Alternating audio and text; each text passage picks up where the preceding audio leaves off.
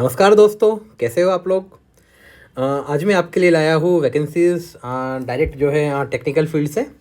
Technical field मतलब जो है डिप्लोमा स्टूडेंट, बीटेक स्टूडेंट, उन सभी के लिए गोल्डन मौका है। इसके अलावा अदर स्ट्रीम जो है एमबीए एंड नॉर्मल ग्रेजुएट के लिए वैकेंसीज है। और वैकेंसी सारी की सारी बहुत अच्छे अच्छे डिपार्टमेंट में है, तो एक बार आप देखिए इन्हें। फर्स्ट वैकेंसी की बात करूँगा मैं एग्जीक्यूटिव एग्जीक्यूटिव एग्जीक्यूटिव जो कि एक अच्छी वैकेंसी है, ऑफिसर ग्रेड की वैकेंसी है।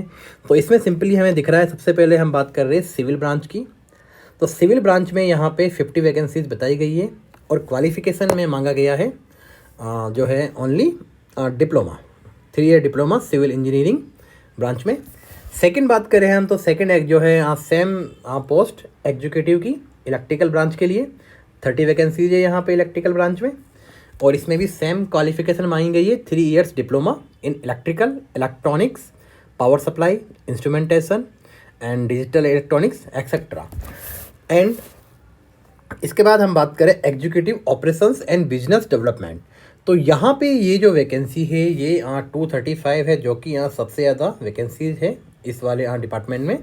और यहाँ पे नॉर्मल ग्रेजुएशन मांगा गया है, नॉर्मल ग्रेजुएशन एंड जो है परसेंटेज 60% से अबो होनी चाहिए ग्रेजुएशन के दौरान। इसके बाद बात करें हम, वैकेंसी है एग्जीक्यूटिव इन फाइनेंस, 14 वैकेंसीज है। 3 years bachelors degree in commerce, BCom किसी ने किया है तो वो इसके लिए एलिजिबल है। क्राइटेरिया परसेंटेज का सेम है यहाँ पे भी, 60% इन ग्रेजुएशन। इसके बाद बात करें हम एग्जीक्यूटिव इन ह्यूमन रिसोर्स, ये है यहाँ पे है BBA, 3 year BBA and bachelor of management studies and again percentage same 60% minimum. Then है executive in information technology, 3 years diploma in computer application और बीसीए और diploma in electronics and communication, diploma in IT etcetera. तो ये सारे again percentage 60% minimum. इसके बाद है junior executive electrical की, इसमें बहुत ही कम क्वालिफिकेशन मांगी गई है, 10th होना चाहिए। इसके अलावा जो है आईटीआई किया होना चाहिए, अप्रेंटिस का कोर्स किया होना चाहिए। जो भी है इलेक्ट्रिकल का है तो यहाँ इलेक्ट्रिकल से रिलेटेड जो भी जो स्ट्रीम्स होती हैं उनमें आईटीआई किया होना चाहिए, अप्रेंटिस किया होना चाहिए। जैसे wireman, electrician, power distribution, lift and escalator, mechanical, instrument mechanic technician, power electronic systems and percentage criteria again same 60%। Then junior executive in signal and telecommunication, same qualification, matriculation with 60% minimum marks and again apprenticeship का course किया होना चाहिए। ITI मतलब again जो भी इसके लिए signal and telecommunication से रिलेटेड जो भी स्ट्रीम है उसमें डिप्लोमा किया होना चाहिए।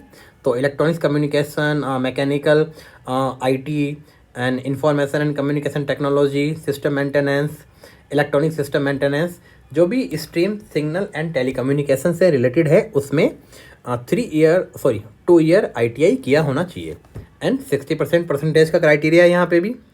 Then again junior executive in mechanical stream, same qualification, matriculation and 2 year apprenticeship या आईटीआई किया होना चाहिए 60% मार्क्स के साथ में। देन बात करें हम तो तो ये वैकेंसीज है हमारे पास में। तो वैकेंसीज हम देख रहे हैं यहाँ पे एग्जीक्यूटिव की वैकेंसी है एंड जूनियर एग्जीक्यूटिव की वैकेंसीज है। और ये सारी वैकेंसीज है, डिपार्टमेंट देख लेते हैं हम एक बार। Dedicated front corridor corporation of India limited. तो देखिए dedicated freight corridor corporation of India limited, जो कि ए ग्रेड का पब्लिक सेक्टर अंडरटेकिंग है।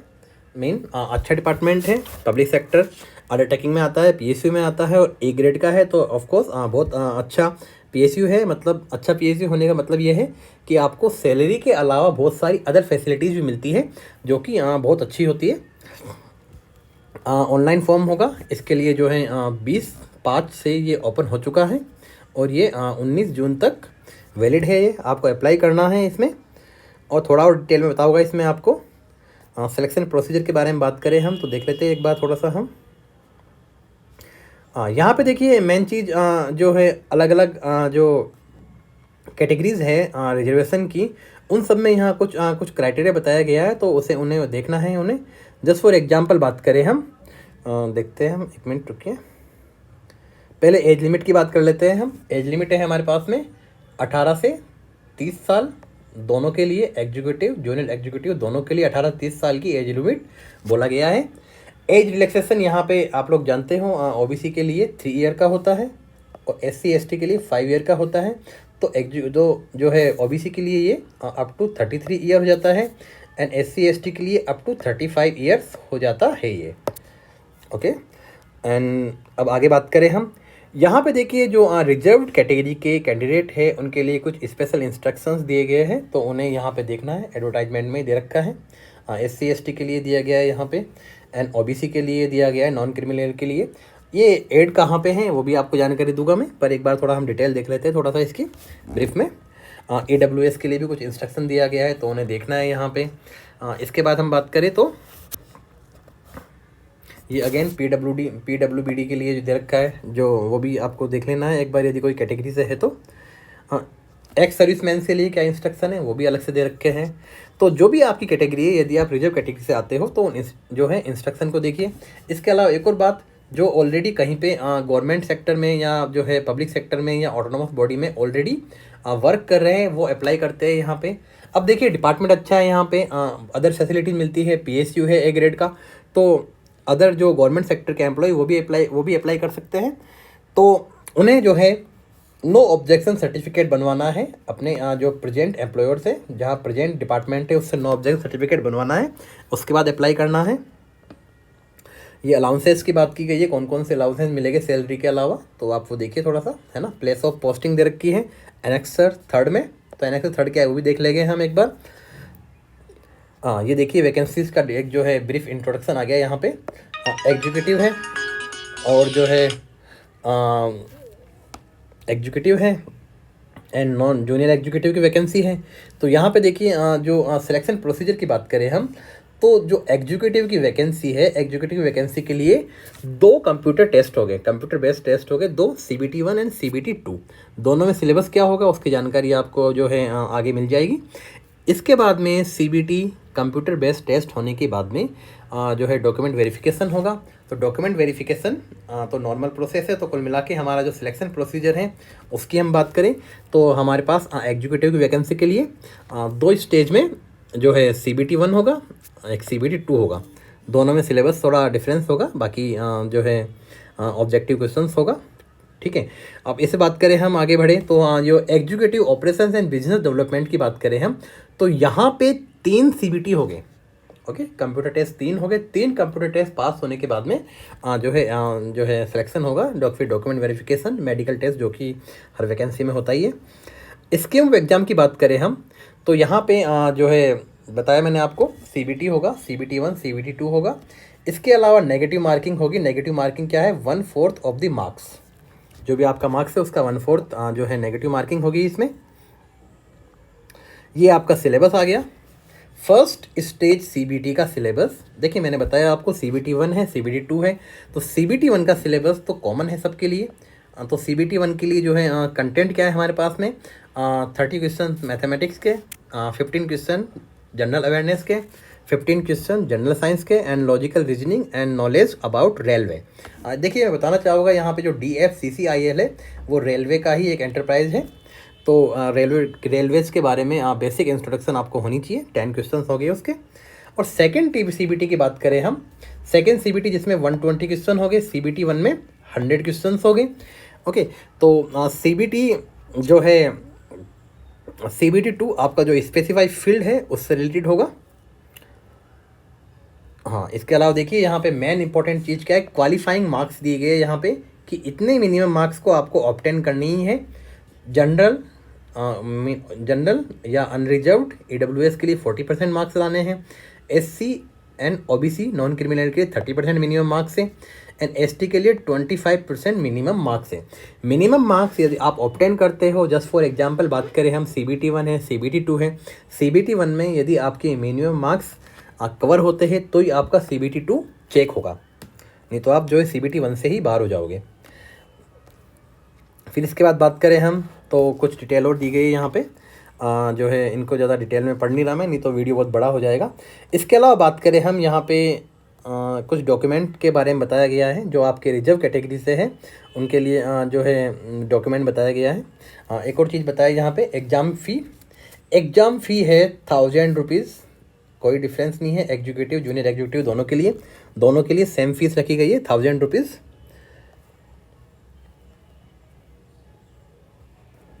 इसके बाद हम बात करें थोड़ा सा और बता देता हूँ आपको मैं इसमें कुछ जो इम्पोर्टेंट है।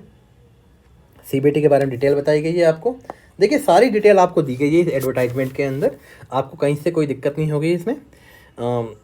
ये जनरल इंस्ट्रक्शन दिए गए हैं जो मैं सारा नहीं पढ़ रहा क्योंकि वीडियो बहुत बड़ा हो जाएगा, नहीं तो जो इम्पोर्टेंट है वो मैंने पढ़ दिया है। इसके बाद देखिए बात करें हम जो अभी कैटेगरीज़ हैं, रिजर्वेशन आपको यदि है तो रिजर्वेशन के लिए आपको कौन कौन से फॉर्मेट आपको प्रिपेयर करने हैं वो सारे बताए गए यहाँ पे। ये बताया गया है caste certificate for SC ST, इस फॉर्मेट में आपको वेरीफाई कराना है जो भी अथॉरिटीज़ हैं आपके वहाँ पे।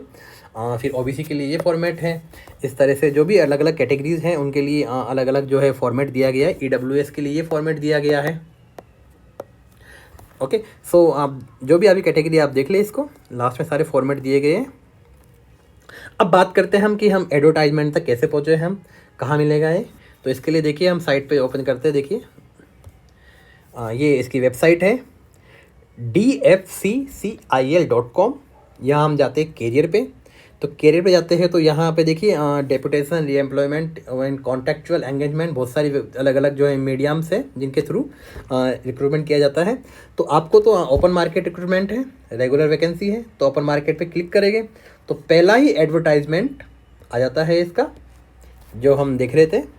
ठीक है, dedicated freight corridor corporation of India limited, जो कि रेलवे का ही एक जो है कंट्रोल बॉडी है।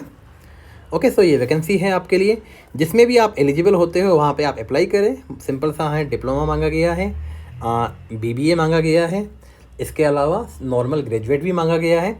तो जिस भी कैटेगरी में आप आते हो वहाँ पे अप्लाई करें, बहुत अच्छा डिपार्टमेंट है। और दोस्तों एक निवेदन है आप लोगों से कि चैनल को सब्सक्राइब करें और लाइक करें इसी तरह से आपको, ताकि जो भी अपकमिंग वैकेंसीज है उनके बारे में जानकारी मिलती रहे। एक्चुअली वैकेंसीज जो है student mainly state public service commission and जो है UPSC में ही की जो वैकेंसी आती है उनमें लगा होता है। अदर फील्ड में बहुत सारी वैकेंसीज निकलती हैं जिनके बारे में उन्हें जानकारी मिल नहीं पाती है और वही बहुत अच्छी होती है। तो चैनल सब्सक्राइब करें, आपको इस तरह से मैं अलग अलग एरियाज़ की जो वैकेंसीज़ हैं वो सब आपको जानकारी दूंगा मैं। तो धन्यवाद दोस्तों।